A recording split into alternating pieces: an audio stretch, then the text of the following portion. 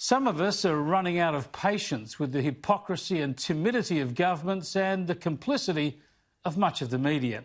Through the pandemic, we've had the bulk of the media, the politically correct club of journalists led by the public broadcasters, generating fear with wildly catastrophic predictions, cheering on every authoritarian lockdown measure by governments, and then failing to admit that they were wrong, and scoffing at the concerns of mere citizens who are looking to keep their businesses alive or return to their jobs.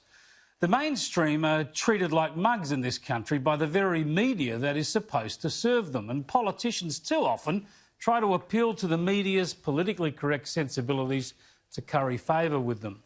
So, like many of you, I've been politely and persistently urging state governments to reopen their economies, allow their citizens to go about their lives. The data tells us we started to turn down the infection curve before the worst lockdown measures, yet now, with next to no infections nationally, with medical capacity massively boosted, our international borders closed and quarantined, we still have a vast array of restrictions in place. Schools that never should have been closed aren't fully back in every state. We've got 4 states and a territory with their borders shut.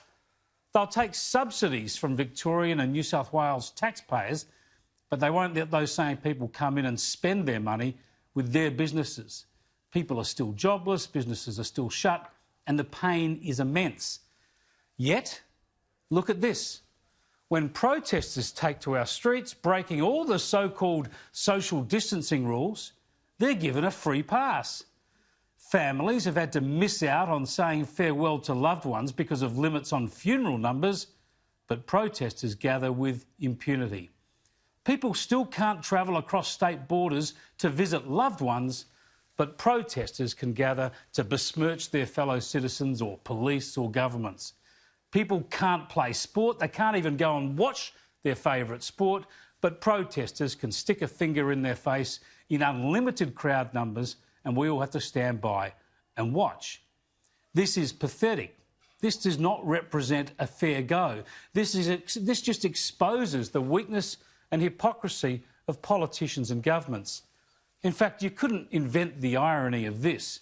While the lockdown laws are ignored for most protesters, the only time we saw protesters arrested in this country is when they gathered in Melbourne last month to protest against the lockdown rules.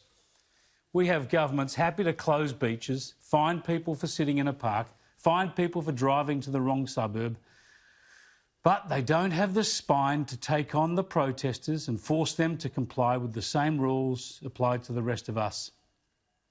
I'd love to go to the footy. My choice would be to go to the Showdown in Adelaide Saturday week. Perhaps a few thousand of us could stage a protest and march into Adelaide Oval. Make it all about climate change or something that they dare not challenge.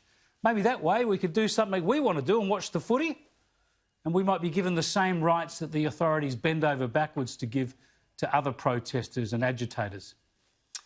Not a bad plan. Trouble is I can't get to Adelaide because the border is closed.